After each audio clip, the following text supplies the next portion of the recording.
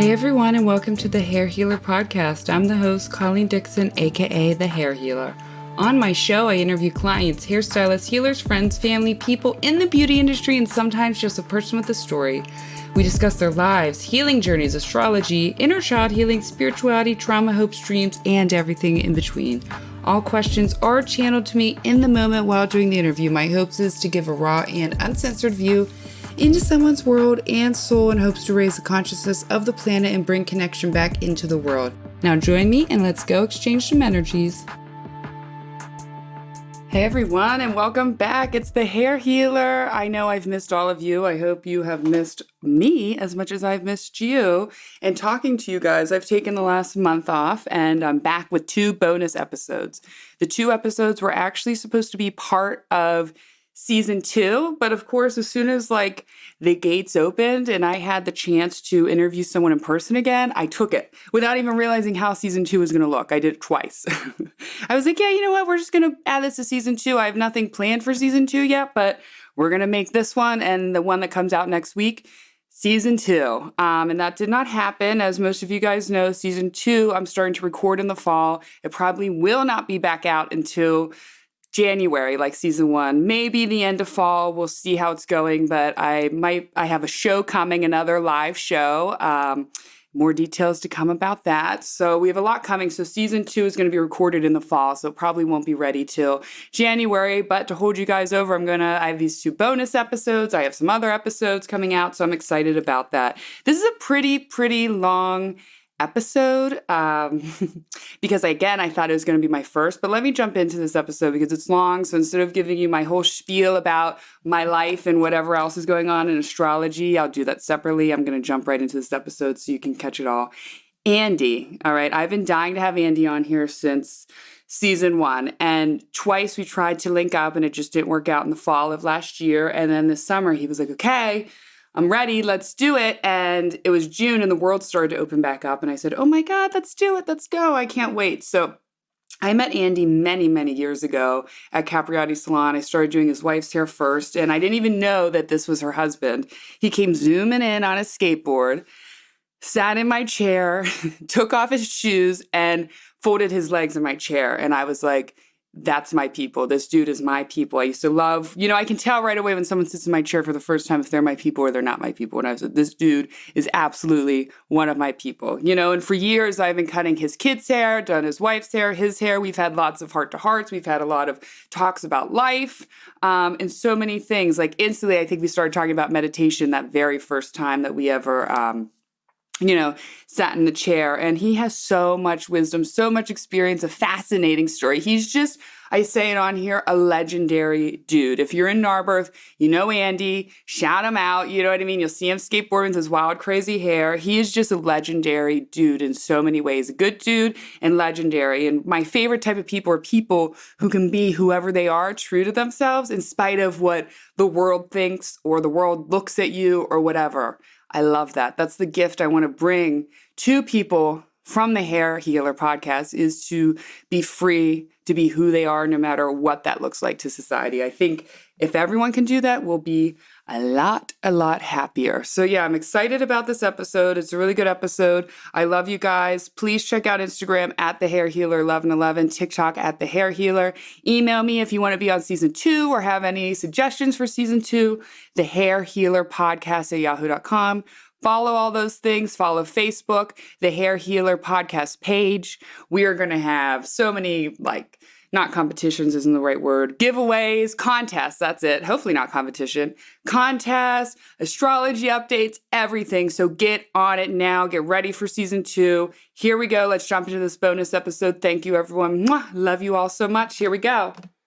Hey guys, it's your host, the Hair Healer, and I'm super excited about today's episode because I am actually back doing in-person interviews. I feel like I don't even know what I'm doing, honestly. And this is all happening the week that things turn retrograde, which is good because I'm revisiting, I'm restructuring, the podcast. And this is season 2 if you're listening to it. And to recap, season 1 was the first 19 episodes were with my clients in the salon. COVID happened. I started taking it, in my bedroom to other people's bedrooms all around the world. Didn't mean to sound dirty. All around the world to see what was up with them. And now season 2, and I'm starting off with a client of mine who I've known for a lot of years, and we're actually at his house here in Narberth. And what I want to say about Andy is the best way I could describe him, this is the truth, I'm not just saying it to fill his head, is probably he's a legendary human being. Definitely one of the most interesting people that has probably, when I come to the most interesting people that have ever landed in my chair, he's definitely 1, 2, definitely in the top 5. And the first time, I still remember the first time, again, I love people who are authentically them, no matter how society thinks they should be. That's been sort of my mission in life, to help people become that. And so he just I think he skateboarded in and, and he's this dad in Narberth. So I wasn't expecting that. I hadn't seen it. And I remember he just sat in my chair. He folded his legs up and we just instantly hit it off. Right away, he was into everything I'm into and the spiritual. And we just instantly had these very deep conversations. And I was as soon as I started this podcast, I said, I need him on here.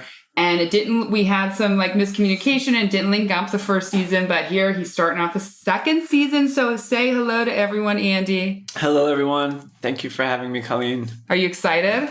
I am. I'm excited. Is this your first podcast? No. No? Nope. No. But this is the one I'm most excited about. That's a good answer. All right. So how's your quarantine been? How does it feel? How was it? It's still quarantine. I guess so, yeah. We're in the yellow flag. My quarantine was interesting. I always acknowledge I break it down. My morning, I would wake up every day. We all had the Groundhog Day experience. Yes. Every morning, I would wake up with a belly full of anxiety. I would just feel it in my belly, which is when I get anxious, that's where I feel it. And it usually comes when I'm not thinking about it.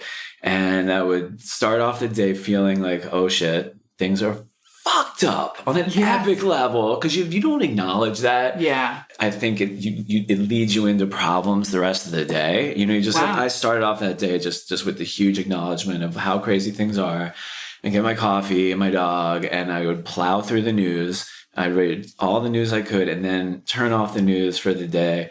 And meditate. And so the first, 10-15% of my day was a little anxious and scary. But after that, I really, while acknowledging the suffering and all of the hardships that the world had to go through, I personally enjoyed it. Yeah. I always tell you when I'm not enjoying life, and it would take a world catastrophe for me to find my stride. Yeah. But as you and I were saying earlier, I'm OG quarantine, dude. I spent my life working from home, slightly anxious, hustling. And not knowing where my next check, hustling for that next check, hustling for that next move, and always slightly worried about the world. I just sort of felt like I was, that feeling wasn't new to me, something that everybody else was sort of freaked out about. So comfort in that uncomfortable feeling, you're used to doing that. Yeah, and it was kind of cool in a weird way just to see the playing field sort of leveled. It was okay, everyone start fresh now, and that was kind of cool. So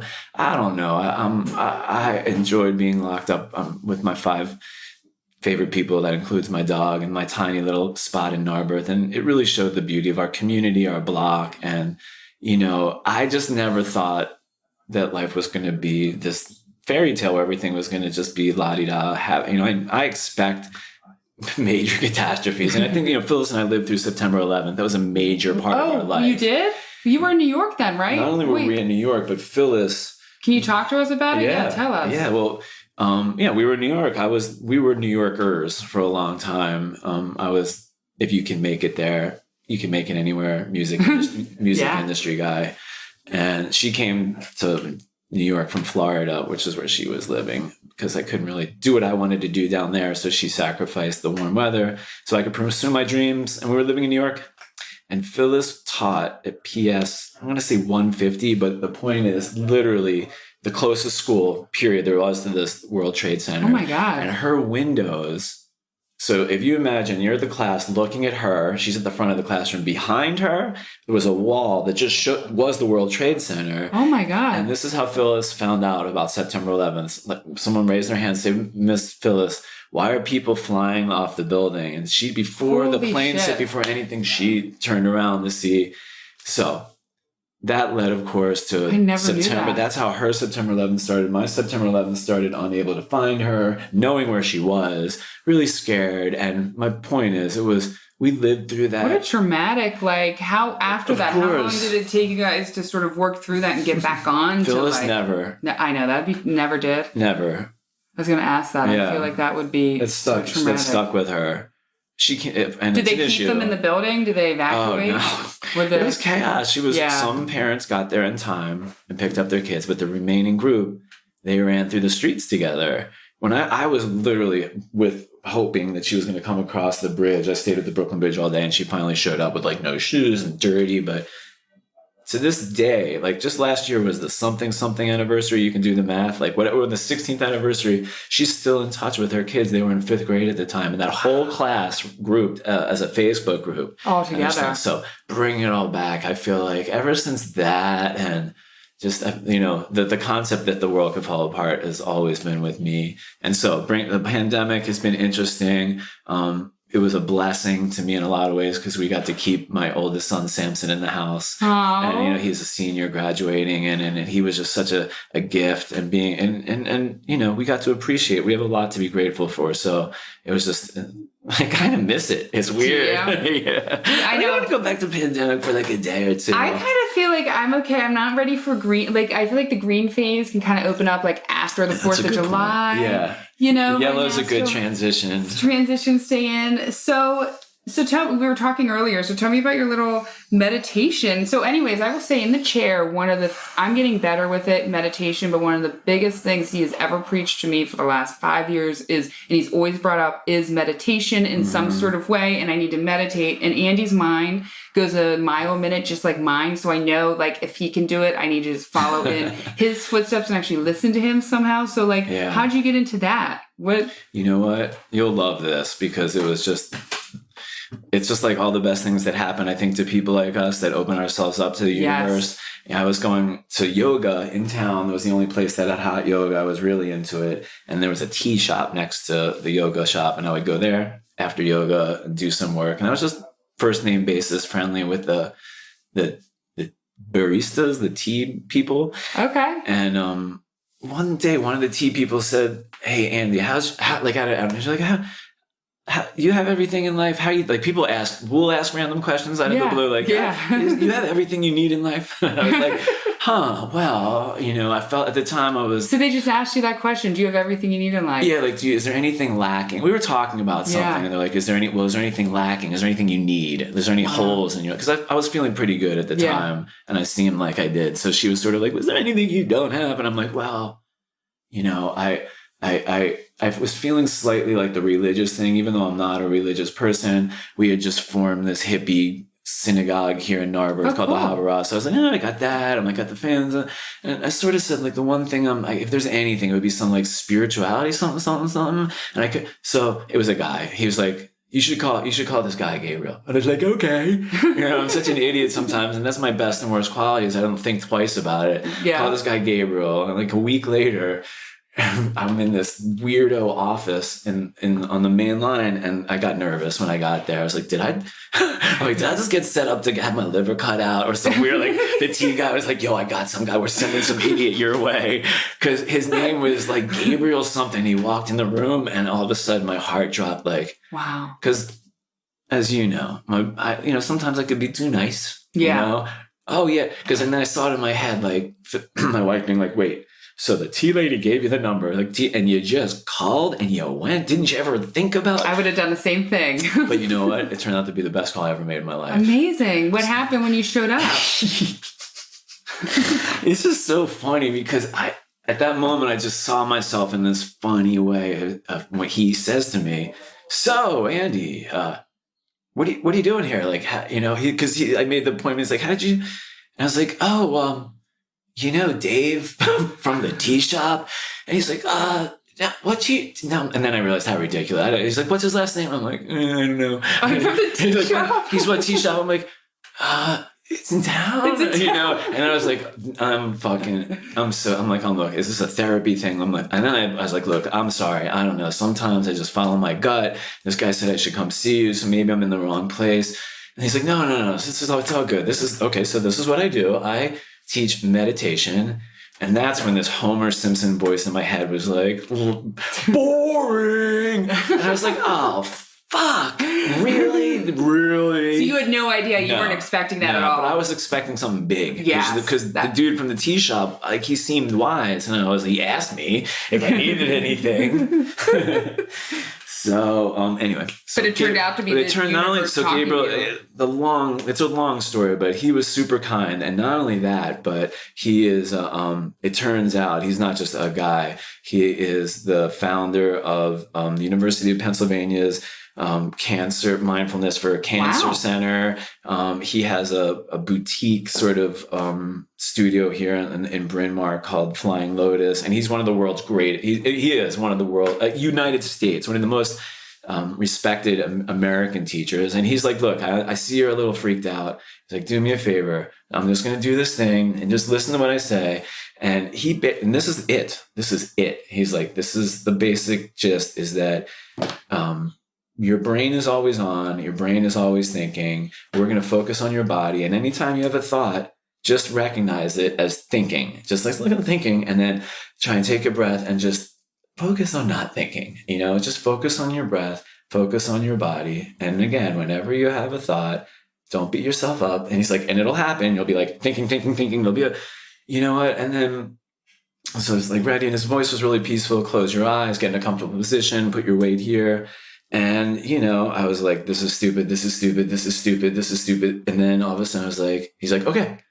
And I opened my eyes and I'm like, ooh, like something happened. It was weird. Because I'll tell you, Colleen, it was the first time. And I think it's so interesting for me to hear myself tell the story. Really, it just makes sense to me as a human because, I grew up, I don't want to say, people love to say, oh, you have ADD. I really don't think I have other problems. That's really not one of them. But it's my problem. Growing up, people wanted to label me. I had, this, that. And, I think I was just, later diagnosed as, just having an acute anxiety syndrome. And I think we all think our brains are always generating stories and thoughts. Like, I'm looking at you and I'm like, she looks so pretty. And then your hair looks red. But then that red is making me think of the red and then I could be like in your watch and I'm like 100 thoughts away. And this feeling of calm that Gabriel, his name is Gabriel Rocco, left me with, I was like, I had never felt that, like a calm, other than drugs. I never felt that way before. So he said, hey, just do this then he's like 5 minutes a day. That's all you need. Do this for 5 minutes a day and read this book. And I was like, I bet 5 minutes. And that was it. I started doing it. It changed my life. It fucking changed my life. How fast? How long did it take you? Did you just start doing it every day and just make sure? Yeah, well, for 5 minutes. It was like enough to say 5. I mean, I could commit to that. I could commit to that. And what I found was that now I know what it was just deep relaxation. I wanted to there was so much going on, but what I really found was that I was like, I was just like, wow, like free. Yeah. But free doesn't mean free flying in the heavens with my wings out seeing God. Free just meant I can fucking hear the birds outside. And like, I became very aware of my senses. And, that's what mindfulness is. It's really the focusing on the body and your senses and being in the moment. And it changed a lot.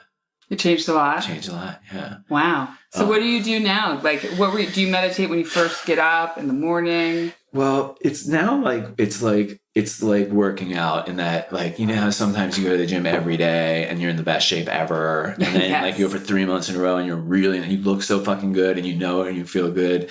I get in like little routines of like, I can meditate. If I do it every day at a set time, it's guaranteed to make me feel better. But lately I've been like, my morning time is sort of sick since I got the dog. Yeah. I feel like I changed my morning routine. I get up, I walk him, I have coffee, and I get through my first round of like emails and all that shit. So I know there's no like emergency, I can chill. And then if I do, then I'll do it for, 20 minutes and I'll just sit. And I have, but now also my practices. So I did this for it's been about 15 years. And, it was, it's funny now, it's such a big deal and it's so common. And there's a lot of the newer stuff that I've kind of been checking out. Like there's an app called, did I tell you about my little 10% Happier thing? No, what's that? It's just an amazing book. It's called 10% Happier. This guy, Dan Harris, he's on ABC, Good Morning America. He's the host. He's this news guy. Oh, cool. Long story short, he had a panic attack on air during like Good Morning America. Really? He couldn't talk.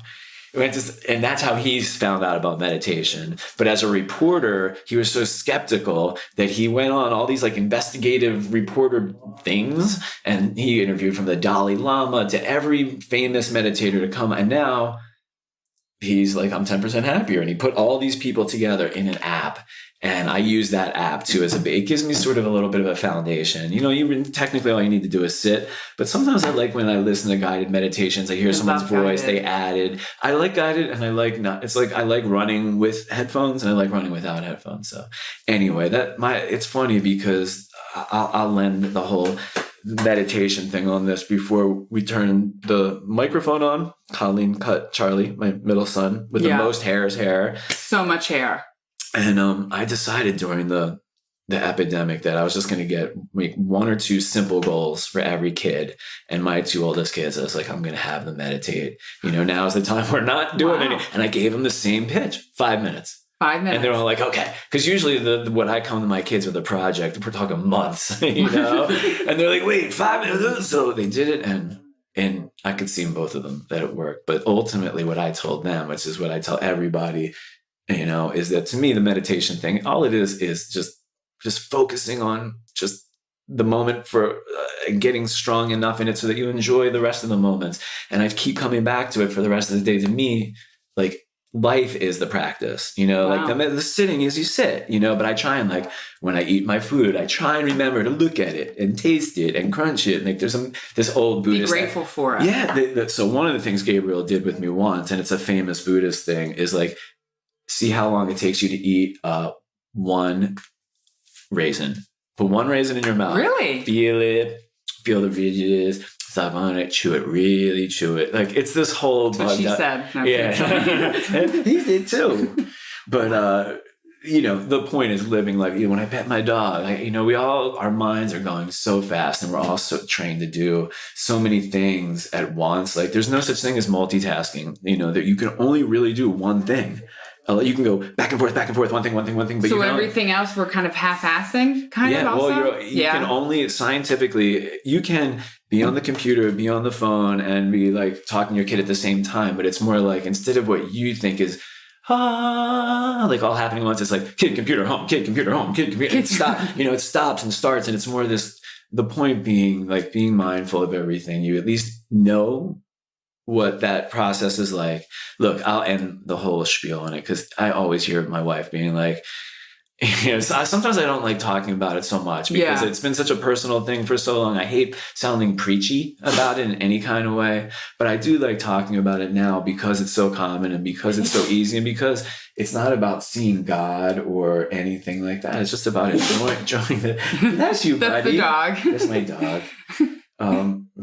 It's just about helping you enjoy the days, and the practice is in the just being here and being present. And I actually think that's the key to happiness, and I say that a lot, is like enjoying your day, enjoying your everyday routine, and finding happiness in that small moment. I think makes the bigger happiness. Yeah, right? But the part of it, like the whole, and that's Charlie. That's Charlie. He's downstairs in the basement. Not talking on his video games. That's okay. You know what? We have lots of impromptu things that happen here. But it's okay not just to make you happier, but the one thing that I really, really took from the meditation thing is just, it also helps you be sadder and madder and everything. You're more in tune, but the difference is you feel it and let it go. You know, because that you're kind of in the moment, you're like, oh, I'm so mad. And then you just don't hold on to it. Don't overthink it. Don't overthink it, but it's okay to be sad and it's okay to feel it. Like it's okay to be really, and I just know that it'll pass. So like, it's been up until I saw you. I think I just had like a shitty, like last 2 whole days, Me too, as enlightened as I am, they, like moments, like you're like, oh, joy. And then like, wah. But my point is, like, I just now know that something is going to turn. Pass. It's going to pass. It's going to shift. It's going to pass. And all these cliches are true, right? They're cliches for a reason.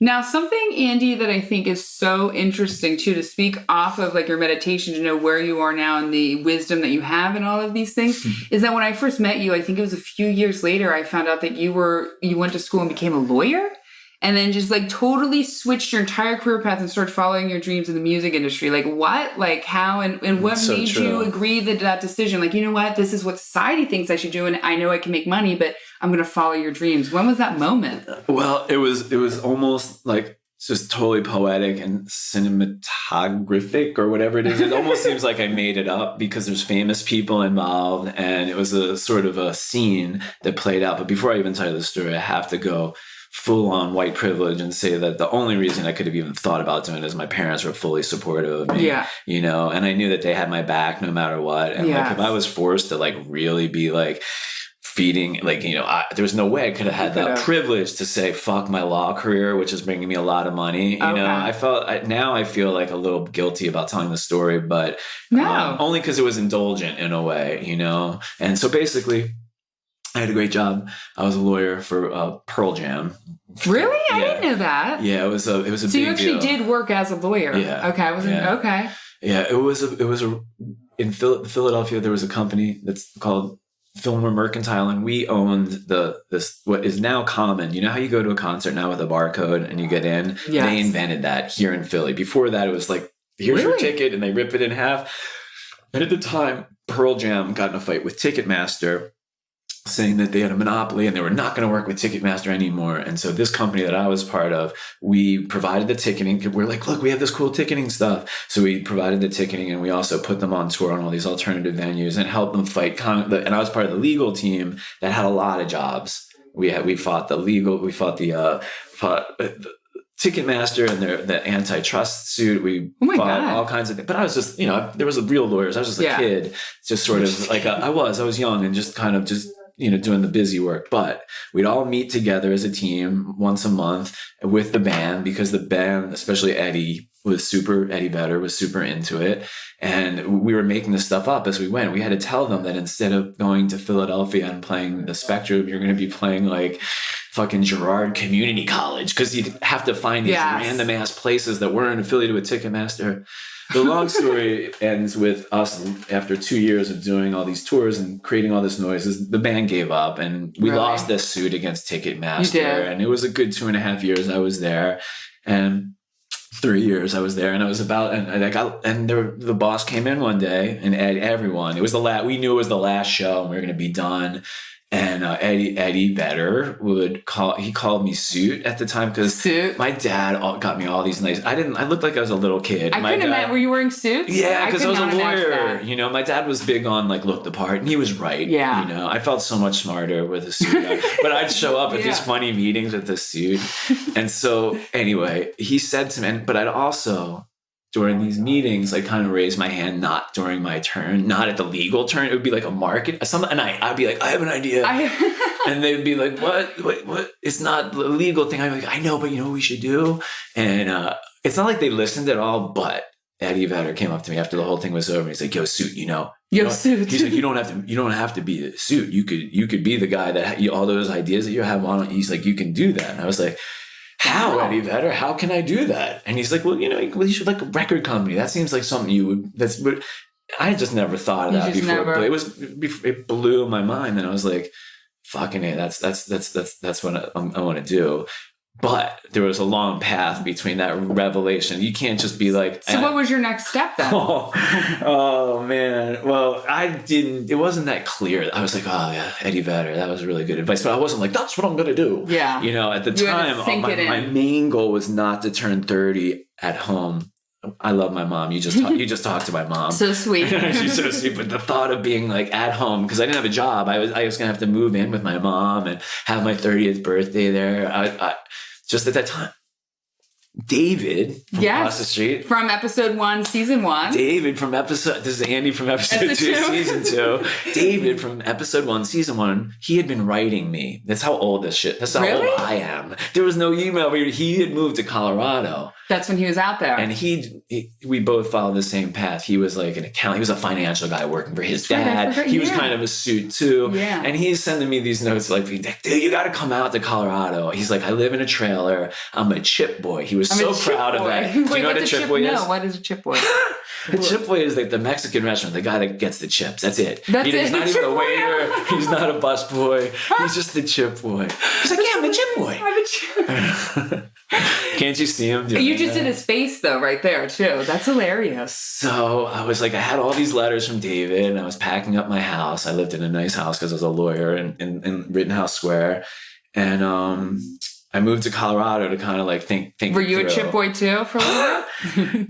I feel like I don't want to go overboard. No. This story is no. David got me a job when I got out there. I moved into his trailer with him and these two white Rastas. I didn't even know what a white Rasta was until I got there. In a trailer park. In a trailer park. Yeah, in a trailer. Where in Colorado? Steamboat Springs. That's a nice part, right? I've never been out to Colorado. It's out there. It's out there in the West. And David got me a job as on a farm, working for a farmer. And I was like, fuck yeah. We're going to get honest days wages for honest days work. I actually bought clothes. Like farming clothes? Oh, yeah. Jew, farmer. Do you have a picture of that? I need to see a picture if you have one. It didn't last long. How long did it last? What'd you have to do? One day? Yeah, the farmer, this guy was so nice. And by farmer, he just had Colorado, people have these big farms. Were you supposed to like milk the cows? No. It was a working farm. I was digging like with the labor. I was a laborer. Oh, shit. And I had to dig a hole. And the story is I dug the best hole there ever was. You stuck that? It was just in the wrong place. And you dug a hole in the wrong place? Yeah, he turned the map upside down. And I was like, no, but isn't that the house? And he's like, it wasn't funny. He's like, no, this is, and I was like, no. And he's like, son, I don't know. So that would have been me. If that makes you feel better, I would have totally built a hole in the wrong place. He looked at me, saw I was so deflated. He's like, son, it is one hell of a hole. It's one hell of a hole. It's just not. So the story went that he knew a guy in town, and he's like, I know. And he introduced me to this guy who had a really nice restaurant, and I was a dishwasher. I was really good at that. Nice. And I was fucking great at it. And there's an intersecting story here. Yeah. But we'll save the love story for season 3, episode 3. Okay, episode 3, season 3. But that's when I fell in love with Phyllis, and I knew that I loved her because she met me as a dishwasher. She would wait when she came out to visit me in Colorado. Wait, hold on. You went from a lawyer to a dishwasher to follow your dreams. That's amazing, first of all. Well, you know what's really amazing that I should add in without trying to be any kind of way. To this day, it's still my favorite job I ever had. I'm serious. If I had to go from the dishwasher? Money, why? The restaurant was super nice. It was called Antares. The guy was so smart, the owner, because if you work at a restaurant, you're always trying to eat or whatever. His thing was like, you can order anything you want from the menu. Anything at the beginning. All the waiters, the shift people, we all ate together, a big meal. Wow. And then we worked together. And why I loved it was because I was in charge of the music. There was a tape recorder. And tape recorder, and I had a million tapes because I just drove cross country. Yeah, and so I just love, like, there's a feeling of like everything's dirty and everything's clean. At the end, I would brush up, it'd be sparkling clean, and I'd be like, done. So satisfied. Anyway, somewhere along the lines, on my 30th birthday, the story goes, it's only a story because it's true. And you're in Colorado, I was not in Colorado. At your mom's house. One of the older hippies there, I was asking her what I should do for my birthday. I want to bring it in with some special symbol. Yeah. I was by myself, and she's like, you should go climb the top of Mount. It had a name, like Mount something. Yeah. It is for like X number thousand of feet high. And she's like, if you wake up, you should wake up and watch the sunrise to your next decade. And I was holy shit. Yeah. But I had been climbing at this time. So I was like, I'm totally going to do that. And it was fucking, for all you listeners out there, if you've never climbed in Colorado, it doesn't mean like picks and shit. You can follow a trail. Okay. If you have the energy, you can walk to the top of a fucking mountain. You just can. I mean, you can do it the hard way with picks and go straight up, but you get up at like 4 a.m. and it takes like 3 hours, and you get to the top, and I just wait. And let me tell you, when I saw And what time was it? Like 6. I got there like 4:30, and I was up there by 6. Wow, okay. And Like, so if you're looking out at it's like a picture postcard, because at that time all the clouds are really low, but you're on the peak of the mountains, you're above the clouds. So when the sun comes up, it comes up from the clouds, and let me tell you, I lost it. I saw the sun. I was just so like, it was so heavy. Is it freeing? Yeah, it was just the most beautiful thing I ever saw. It was so freeing that I get emotional thinking about it. I love it. But right after this, and like out of nowhere, all these thoughts started coming through. And one of them was like, get the fuck out. Where are we? Like Steamboat Springs. I looked around. I'm like, what the fuck am I doing here? In a fucking trailer? I loved it. You loved it. But something inside of me was like, oh boy, you got to go to New York City. That's why I was like, New York City.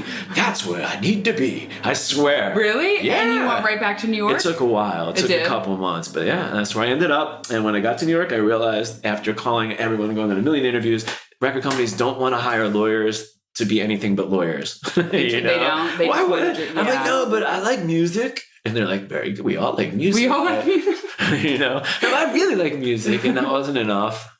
So I was living in Long Island with my cousins and taking the train in. Yeah. Do we have time for one more story? We want to hear it. We're good. We super good. No, I know. It's very interesting. This is you. This is what makes you know. And you're telling it interesting. But this is also... This is inspirational. This is what I tell. The one story, this is my only story that I tell students when I tell young people. I'm like, if they had one piece of advice, it was this. Well, that's a question you get at the end. Well, fucking A. This was the best move ever. Wow. Are you ready? I'm ready. I'm ready. It was a long period of time before I was on that mountain and before anything happened. How long? A year? A year. Okay. And at the time, it was, remember Friends, the show Friends was super popular. Yeah. So coffee shops just started becoming popular in New York. Remember, because Friends was in like a coffee shop, like Central Perk. Oh, yeah. So that kind of made coffee shops popular. Exactly. Wow. Absolutely. So I was in one of those coffee shops on the Upper East Side, and that was another job that I loved. I mean, I fucking loved it. The coffee shop? Yeah, it's like being a drug dealer. I mean, giving people their coffee in the morning and hooking them up, and they're psyched. And just talking, chit chat, whatever. I was getting a little too comfy though, and like I said, it's been a year, and so it was on Valentine's Day. Oh my God, it was more than a year. No, it was only 6-7 months. It was Valentine's Day I had this idea. It was before September 11th, so you could do these kind of things. And this is one of my claims to fame, and it was the Secret Admirers Society. So what's that? I picked 3 places that I really wanted to work. There was the Knitting Factory, and Arista Records was number 1 because Clive Davis was super famous. And if you want to be in the record business, you're like, that's who you want to work for. And then the second people I wanted to work for was, who was it? They were downtown, Maurice Bernstein's Giant Step, just ridiculously cool company. And then the third was the Knitting Factory, because they had 3 stories, a nightclub with 3 floors. There's 3 concerts going on at all times, and a record company and a festival company before anyone even knew what festivals really were. So on Valentine's Day, I dressed up as a delivery boy, which meant I had this like a jumpsuit, a denim jumpsuit, top to bottom, and it was buttoned up, and I wore like a Kango hat backwards, and I had a biker bag, a messenger bag, and I bought 3 big boxes of Whitman's sampler candies, dumped the candies out, and put my resume and a letter inside the candies. Oh my God. And I went to all 3 places, and I insisted on getting I had a clipboard with a pen and like Holy a little shit, line. this is genius. So the first place I went because I lived uptown on the Upper West Side, and I had rollerblades, and that's how I got to all the places. Oh my God. I rollerbladed down to Midtown, Arista Records, and it's funny because now you can't even get into a building without your ID or whatever. I just went right up. So I walked right in, walked right up to Arista Records. It was like a secret. And it was Valentine's Day, so people were coming in, and it wasn't uncommon to see deliveries, right? Yeah. Valentine's Day, flowers, chocolate. So I was like, Clive Davis. They're like, oh yeah, leave it here. I'm like, it's the Secret Admirers Society. I can't. It's the secret. And they're like, and so somehow I ended up back there with his assistant. Like, you can leave it with his assistant. I'm like, it's the Secret Admirers Society. And was that as far as you could get though? No, I kind of just said no. So I'm like, I acted like I didn't give a shit. I acted annoyed. I'm like, look, lady, I just need a signature. No fuck, it's your fucking problem. Can you just have him sign it? So I walked in there. I two things make me remember what was interesting was one was before, what did people do before computers on their desks? Like he just had papers and shit. He was like writing. No, the secretary had a typewriter. He was just like writing on his pen. He didn't even look up at me. He just extended his right arm, signed the thing. I dumped it on his desk. And I never heard from him again. You never heard from him again? No, but I still have the paper with his signature. That's amazing. So you didn't get to give your spiel. Oh, fuck no. I didn't even have a spiel. Oh. I was hoping I didn't have a spiel to get to. My dream was that someone would open it up, see the resume, and be like, this guy is clever, you know, and call me. Just call you. Yeah. So the next place I went was Giant Step. You can Google it if you're at home. Giant Step they were groundbreaking in the merging of jazz and hip hop. And they put on these amazing records, amazing shows, amazing young guy that started it. Same thing, Secret of Mine. It was easier for him. I just walked in. He was kind of right there. He was so cool. Now I was downtown below Houston Street. Clive Davis was uptown. And downtown I just walked in. And he's like, oh, yeah. And I laughed. And as I laughed, I was like, the reality that this isn't really gonna work got set in somehow because I only had one left and he signed. He's like, oh cool, thanks. And I had a pager. It was before cell phones. It was a pager. So I going to the third place, the Knitting Factory got a page and it was him. It was the dude from Giant Step. And he's like, yo, that was really cool. He's like, I don't have a job for you at all, but consider me a friend. Like if you need any help. He's like, I just want to tell you that was cool. I was like, oh, thanks, Maurice Bernstein. And we are still to this day good, but now associates. We're do stuff together. Yeah, we became friends because it's a small. And then this is good. The third place. Are you ready? I'm ready. That third place. Oh my god, things coming. I get excited thinking about it because it was just in these weird times. I remember everything about that third, the first and the second big memories, but. I remember walking into this place and just the air. I remember the way it smelled. I remember everything. This place was so cool. At the front, there was a coffee shop that sold records, and then that was open all day. And then the main space was incredible, where the main concert room is. And there's a jazz room upstairs and another hip hop room downstairs. And then at the bottom of it all was this huge open space, and it was pre-Google sort of open space offices, where everyone just had like little. What are those things called? Cubicles? Yes. Yeah. Yeah, them cubicles. And I was like, Michael Dorff. He's the guy that owns the Knitting Factory. I'm like, secret admirer from Michael Dorff. Secret admirer? And they point me. The girl just, and okay, now this is downtown. These motherfuckers are as cool can be. Really? Like, I still to this day feel intimidated by real New York cool people. Yeah. Not fake New York cool people that try and act like they're like, I'm from New York. Real New York cool people are just so cool, it. Just know their energy. Yeah. So that's where we were. And so the girl fucking just points to Michael Dorff, like, fuck you. Like, as opposed to the Clive Davis, like, secretary that was like, go down the hall and make a right. This girl, she's like, Michael Dorff, fuck, right down there. Right there. I go to see Michael Dorff, and he's like, what's this? I'm like, the Secret Admirer. So we go, what's that? I'm like, Secret Admirer. And he's like, what's the Secret Admirer? I'm like, oh, shit. So then I was like, Secret Admirer Society. It's when somebody likes you and they don't want you to know who it is. It's an anonymous gift. And he's smaller than me. He gets up on his fucking chair so everyone can see him above those cubicles. The cubicles? And so you can see his head. And he's like, look who got a secret admirer. He's like, not you, Burlman. He's like, hey, Jackie, did you get no? Like, who did not get one? Me. Like almost Trump. Like little fucking Shakespeare. Yeah. Like a little like asshole. And I was just like, I gotta get the fuck out of here. You bet. This guy's gonna be so pissed. So I kind of laughed. I'm like, what? Were you just like, okay, bye? I didn't even say, okay, bye. Yeah. There was such a scene and there was so much energy going on. And I'm just a delivery guy, you know? And my role here, me telling the story is big, but in the grand scheme of things, I'm the fucking Valentine's Day delivery guy. So I leave and I'm like, done. And I'm walking down the street and this is my fucking guy. I'm walking down the street and I hear someone screaming my name.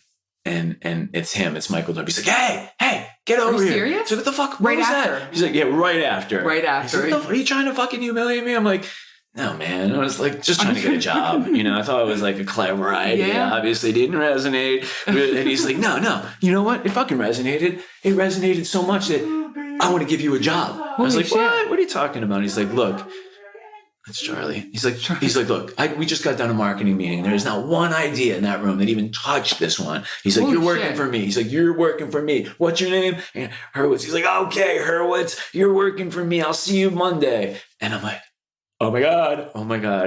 And don't you know, I told everybody. I was beyond. I was told everyone. I was elated, and it really in the end worked out. But what happened? Did you go Monday? Oh, I went Monday, and they're all like, the fuck? And I'm like, remember me? And he's like, so into his office, there was a little tiny wooden desk with a red phone on it. And he's like, your job is answering the red phone. I'm like, what else? He's like, that's it. He's like, you're going to sit here. I want you to be the first one in. You're the last one to leave. And if that phone ever rings and you don't answer it, you're fired. Holy shit. I'm like, how much do I get paid? He's like, you don't get paid. Oh my God. So that was my reality. And that's where chapter 2 starts. I can tell you chapter 2 is a whole other story, but it ends with, at some point he went away for 2 months. I had known everyone who came in to meet him because I was the gatekeeper and I was always talking to everybody with my personality of, what do I have? Fiery, big personality. So you have so people listening, and I'm thinking, I wanted to even say it a few times, you have your Mercury, right? Your personality, your communication stuff in your 10th house. So it is right there in the sign of Leo. So it's like, here I am. And I'm standing in front of the most powerful guy's office, and I got to know everybody. So he went away for a month. He was famous for going away on this camping trip where he didn't bring any phones, any communication. Amazing. And while he was away, the guy who ran the record label quit, and he just left because it was a really tough job. I should say it was one of the craziest places I've ever worked. A lot of stress, a lot of abusing young people, just a lot of turnover. And when the record, so he quit, and all these artists are showing up at my boss's door, being like, "We put out at the time 3 records a month, 3 records a month," and all these artists are like, "Well, where's Perlman? What are we gonna do?" And I was like, you know what? I could do this because I know what to do. I'm like, I'll just do it. And I was like, and then 2 days after that, I was like, you know what? I'm the fucking label manager. I told everybody. I put all my shit. That on there. Let me tell you. I put all my fucking shit. I got pictures. I intentionally cleaned up the desk. And I knew it was going to happen. And no one cared. Because I told you, everyone's too cool for school. Everyone had their own shit to do. People are like, look, fucking Hurwitz, he's a label manager. Everyone's like, this is going to last like 3 days. But no one was like, you can't do that. They just were like... You're like, good luck, dude. You're the label manager. And I'm like, that's me. So what happened? So he came back from work. I knew it was going to happen. And he came, his big thing was to me. He had something just for me. I don't know what he saw in me, but he was always with it to me. He's like, be the first one in, be the first one in. You need to be the first one in and the last one to leave. So I knew when he was coming back, I was the first one in. And my label manager job was up. Remember I told you it was all, the fuck's wrong with me? What are those things called? The cubicles. They're all cubicles. But the label was up in a loft. Okay. So I went up in the loft. I put all my shit up there. When Michael... you put it up right up in the loft? Oh, yeah. I'm telling you. That's the balls of a Leo. That's the Leo Mercury. But you know what? Looking back, though, I'm like, I can't believe I fucking did that. Like, I don't know how and like what was going through I wish I could just be in my body for that day where I was that bold that I didn't even think twice about it, But I think it was more survival than like I'm an entrepreneur. This was it was just more like, fuck, I got survival. So he walked in, I saw him from over the railing, and I kind of looked at him like, oh, go ahead. What are you going to say? He just looked at me and he's like, don't fuck this up. And I was like, cool. That's what he said? And that was it, man. I was on my way. And it was a good run. I had a great run. How long were you there for? Well, I was there for a year, but while I was there, got us a deal with a big record label, Columbia Jazz. Wow. And we had a deal with them where they had a first right to any of our bands, which were smaller bands. And then they ended up hiring me from Columbia. They're like, come work for us, son. And I worked for Columbia, which was now, I was like, whoa, Madison Avenue. It's Sony in the Sony building. It's big time. And here comes Sam. Here comes Sam into the interview. Sam, I'm just being interviewed by Colleen. He probably can't even hear us because he has his earphones on. Yeah. Hi, how are you? You're on the podcast. Say hi. I'm telling you. We're actually really recording. All right. I'll be right there. Okay. So it's a good time to kind of wrap up that part, which is... I ended up working for Sony, which was a dream because now now my mom finally came up and like I took her out to dinner. And she finally kind of believed in your dreams and saw. She just loves me so much. She just believes in me, but she still to this day doesn't know what I do. She just loved when I was little. You're still a lawyer, right? And I'm like, yeah, Mom, I'm still a lawyer. She's like, that's what she tells people. That's hilarious. Do they know how important you are? I'm like, they know. But I got to work at Columbia Jazz, and while I was there, I had an idea to sign another band, and they were like, no, but you could start your own thing. And then the story goes from there. David and I, from across the street, the same guy that from episode one, season one, the same guy that asked me to come to Colorado with him now is like, dude, I have like this really cool thing here going on with my record label. I'm sort of blowing up in New York, and like I need you. Like, he was the number. I feel like we haven't been as in touch and as close as we were, but he was like, and still would be, the first guy I would call if I was going into a war. Yeah. And I was like, dude, shit is fucking happening, man. I need you. And he's like, what do you need? I'm like, well, I have a band full of this, and you know, these big, huge black guys from the Bronx. Yeah. They're in the Black Rock Coalition, the band Living Color. And it wasn't a racist thing, to put it in context, because you will need to drive these guys all across the country for the next 2 months as they go on tour and sell merchandise and make sure they're safe. And he was like, let's go. And then perfect person to ride that. He did it. And then he came back and he was like, dude, we should make shirts called, because the label was called Rope-A-Dope. The band was DJ Logic. Okay. And he's like, no one bought the DJ Logic shirts, but David had pressed a bunch of Rope-A-Dope shirts because he's a boxing fan. He loved the name. And from there, he built the clothing company. And we had this record company, clothing company. And back in the day, for a minute, we were super popular. We were super big, Grammys, parties, everything. And life was good until... If you're a record company, what do you think the worst thing that could happen to you might be? What? If all you do is sell music. LimeWire. Yes, Napster. Napster. Thank you. I can't remember the first one. I had LimeWire. I had Napster, and I was at home downloading the entire... I remember, I was like, oh my God. I remember thinking like, it's like being in a candy store and having all the candy. You're like, what should I get? Yes. I remember being like, oh my God, what do I do first? I remember I was downloading all the Led Zeppelin, everything ever. And my boss, he's a really famous music industry guy, came into my office, because at this time I had offices. I had a Atlantic Records was my partner. Ahmad Erdogan is the founder, is the most famous, signed me personally. Wow. We had like 20 employees on this in Atlantic Records building in Midtown Manhattan, and this dude, he's old, Ahmad Erdogan. He like signed Aretha Franklin. He's like, Andy, what do you think? He's like, what do you think about this? You think it's gonna work? And I looked at him and I didn't want to make him feel bad. Yeah. I was like, nah, it'll never replace the real thing. But it did. And I knew that writing was on the wall. And so my long story gets short, because I made a move to sell the label. David and I were like, let's get out of this. That's smart. Let's get out of this. We're not going to get rich from it, but we're not going to drag debt into it. We made enough to send me back to Philly. It was depressing. I sold the label. It was a great deal for all of us. David and I stayed under contract for a couple of years, so I had a job. It's Rope-A-Dope's still crushing, but I remember moving out of the offices. That feeling. I knew it was over. I knew that part of my life was over. Wow. I mean, I did from that whole story I told you, it was all about this one dream of being a record company guy, and I was. Yeah. It felt terrible, and part of me still isn't over it, to be honest with you. Yeah, I mean... Still like an old wound there. Yeah, it is. Because... it was a dream. It was working. It wasn't like, it was like being like an Iceman and having, like, back in the day, they didn't have freezers, and Icemen would come around. And, one guy had all the best trucks and like all of a sudden the freezers, and then you don't need the ice. I felt like kind of irrelevant too, because I could have picked management or being an agent or other still lucrative forms of the music business, but I sort of put all my egg, and it was we were really good at it. Like Rope-A-Dope was a big deal. So I came back here and I taught, and I got a job at Temple and then Drexel and then the University of Arts.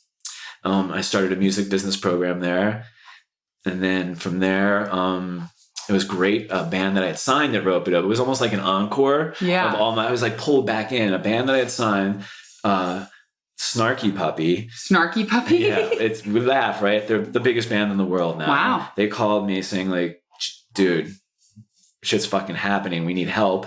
And I was like, oh man, and I hadn't seen them, and I come to see them when they played in Philly. And I couldn't believe it. And school ended and I signed up, and I worked with Snarky Puppy. We started ground up music.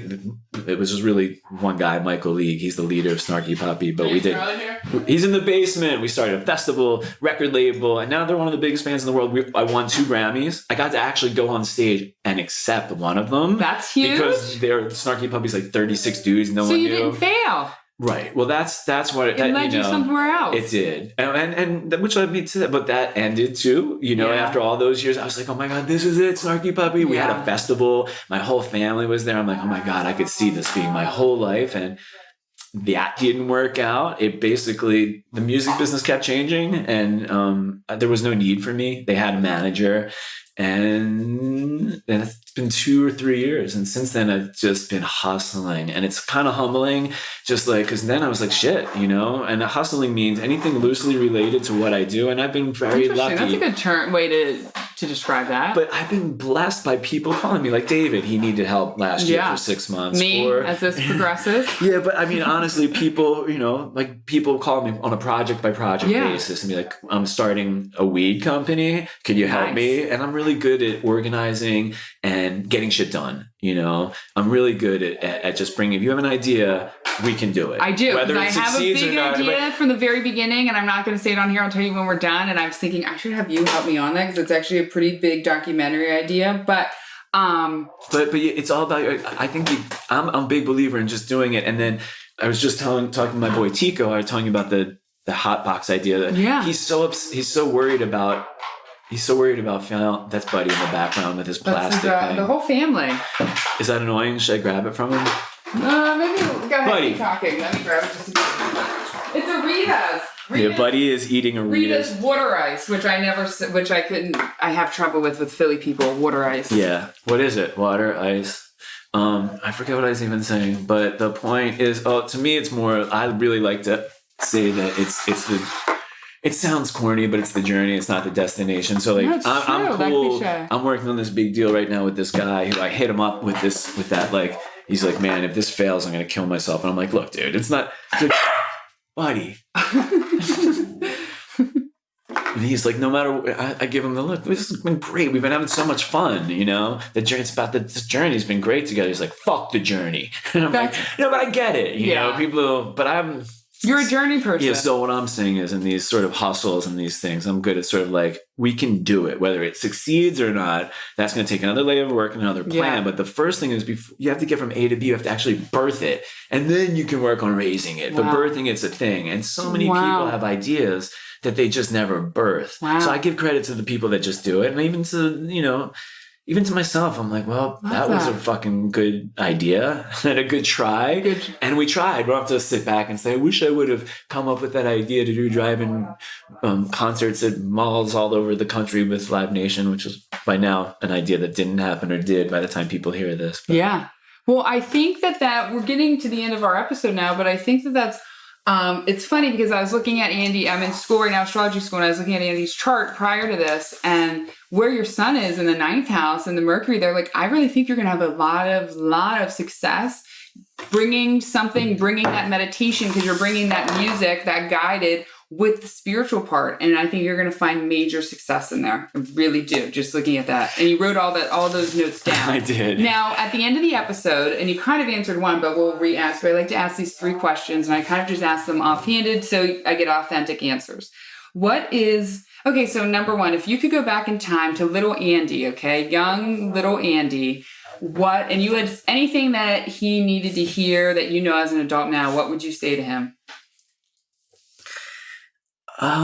It's funny. I get upset when I think about that. Like, do you? Yeah. Aww. I would just say just your love. I would just tell little Andy that you're loved and to love yourself, and just to believe in yourself and not worry about it. So how can you tell a little kid that? How can you ingrain that to that? But I always think of myself. I sort of, in a weird way, like wish to see little Andy just to give him a hug and be like, look, it's going to be okay. I think that no blame, no whatever. It just happened to be that I feel like I grew up very lonely. Aw. I did. Do you do that in meditation though? Do you talk in meditation? Yeah. Well, I do the loving kindness to myself and to others for sure. And it's been awesome. I like to visualize me actually talking to her and like going into moments with that. Yeah, I actually see myself like going, and I don't even talk. That's why I just get kind of like choked up when I think about it. Because when I go through that exercise, I don't even have anything to say. I would hug them. I would just take them and give them like just like the way I am with my kids, Aww. Yeah, you're so sweet and loving. Now, what is the best piece of advice anyone's ever given you? Wow. I like to see what comes to people's minds first.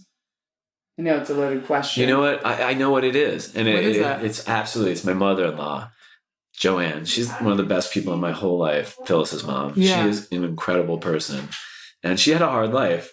And I asked her, I was like, I think I got to a point in my life when I was just like seeking advice from elders. I'm like, what the fuck is going on? What is life? I'm like, ask someone to tell me what's going on. I'm like, to my mother-in-law, I was like, how do you deal with all this? Like all of this up in your head. Yeah. And she's like, look, and she thought about it. And she's like, Andy, I don't know. I just every day I take the good and I take the bad and I just keep going. And I was like, and a lot of what we talk about in meditation and Buddhism, it's a lot of that principle, but coming from her and hearing the way she just thought it through and said that, it stuck with me. And that's what I like to do. You take the good and the bad and you just keep on moving, Wow, that is so huge, and I think again that's another key to kind of being to happiness. Now, but how obvious is that? Like, it's like the best advice. It's as simple as possible. Take the good, you take the bad, and keep moving. Sometimes the best advice is the most obvious. Sorry, my dog buddy's getting a little crazy. Sometimes it has to be the voice. Like someone has to say it and be able to speak it to you so you hear it. And coming from her, the way she just looked like she was so taken back by the question. And I think our generations or people are just more inclined to share and be open. But I think she's like, what kind of question is that? Because she knew exactly what I was talking about when I raised my hands. Like, how do you deal with all this? You could see I was shaking, and my dad was sick. Wow. So it was not just the advice, but who was giving the advice and how. So I know no, it's fine. I actually think it's kind of cool that we have all the family kind of chiming in because it's kind of the reality. Yeah, well, it's June 15th. It's June 15th. Can you get him? Come here, buddy. Come here. So the last question is, what's the last piece of advice you want to leave for our listening audience? The last piece of advice. I hate to give advice. There just seems to be so many, but wisdom advice. Some wisdom then. Some wisdom drops. You know what? What I've been working with, what's worked with a lot with me during the COVID, is a simple concept of reset, like a reset button. Like no matter what you're going through, as shitty as your day is, as much as you fucking hate your wife right now, as much as you want to kill your husband, as much as your kids are annoying you, as much as you're bummed out, whatever you're feeling, you could just reset, take a deep breath and be like, okay, I'm going to start over and clear all that. Chances are it comes back in 1 second, but just that concept of reset. And my kids JJ's PlayStation broke. And what you have sometimes, if it doesn't reset, you have to hold down on it for like 7 seconds and then it resets. So I have this whole mental thing. And I think that helps for me because even today I was having just such a cranky morning. And I was like, you can always stop and reset and not be cranky just for a second, and then, that's it. So that's my advice. And I think it's advice to myself. It's just that reset button is all there. So no matter what you're thinking, feeling, doing, whatever it is, if it's something that you're not into, or even if it's something that you are into, because a lot of times we go the other way and it's just like we're being too indulgent or too whatever, just take a breath, come back to the middle. And I'm trying to live in the middle, I'm so to the left, the right. I'm so seasick that I'm just I'm driving in the middle these days. Well, we have extreme personalities, and I also have my Mercury in my 10th house, so it's always out there. And sometimes it's just it's hard for us to be in the middle. We know how it is. I have to focus on being in the middle. And we want the extremes. It's like let me make a face like I'm focusing. Now, Andy, if anyone wants to get a hold of you, where can they find you? Email, social media? I live right next to the fire station. I know. In millennial talk. Well, yeah. I mean, I'm at Andy Blackman Hurwitz, Gmail, and the Instagrams and the Facebooks. I'm somewhere like that, Andy Hurwitz. Me, you can find me there and email me. My email is I told you. So that's Andy Hurwitz. It's pretty easy at Andy Blackman Hurwitz at gmail.com. Blackman is Phyllis's maiden name. My wife. So you took her maiden name. Yeah, because it came. It's like my middle name was Scott, and at our wedding the night before, everyone was making fun of my middle name, like Scott. I was making fun of it. It was so unimaginative. Like now and 20 whatever. Can you imagine? So someone said like, well, you should change it. And I was like, what could it be? And then I thought, well, Phyllis was going to be Phyllis Blackman. And I was like, we'll be the same, but. Blackman. I mean, it was like Blackman. It's like Black man in the middle of my name was such an honor. Yeah. It wasn't like I was talking about like, some awful. Yeah. So, I'm Andy Blackman Hurwitz. That's where you can find me. Anywhere and everywhere. And he is fabulous and amazing. Andy, this has been it's been such a good first episode back in season 2, and actually doing it back in person. It's happening. We're coming across Mercury retrograde. Mercury retrograde is going to be absolutely. So actually the kids coming and the dog is definitely Mercury retrograde. I'm happy that is my only issues and it's not the computer, knock on wood. Yeah. So everyone, thank you again. Thank you everyone for listening. Wait, can I say one more thing? Yeah, say one more thing. I just want to tell everybody that's listening, whoever is out there, that if you just to be in Colleen's presence, to be blessed by her. You're all listening to her. For anyone that has the opportunity to be with her and have been with her for so long, and just to see what radiates the energy from her, it is something special. And I knew it from the second I met her.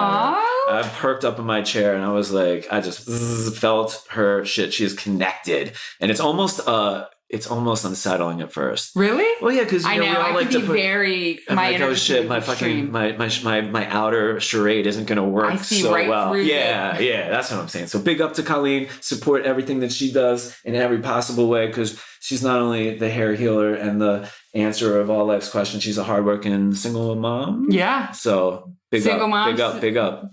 Single Mom season 2. I'm planning on staying single for at least a year. So hopefully come September, just so you can have a full season. I've never had a full season of single. I've been in one since the other since I was 16 years old, and I've had a lot in there. All right. But good luck with that. I love you. Thank you, Andy. Thank you for coming on and telling your truth. If you have a question, please reach out to me on Instagram at thehairhealer1111, or feel free to email me thehairhealerpodcast@yahoo.com. If you have a truth, a story, if you're in the Philadelphia area and would love to be on my podcast, please feel free to reach out. Thank you, everyone, and have a good day. Bye.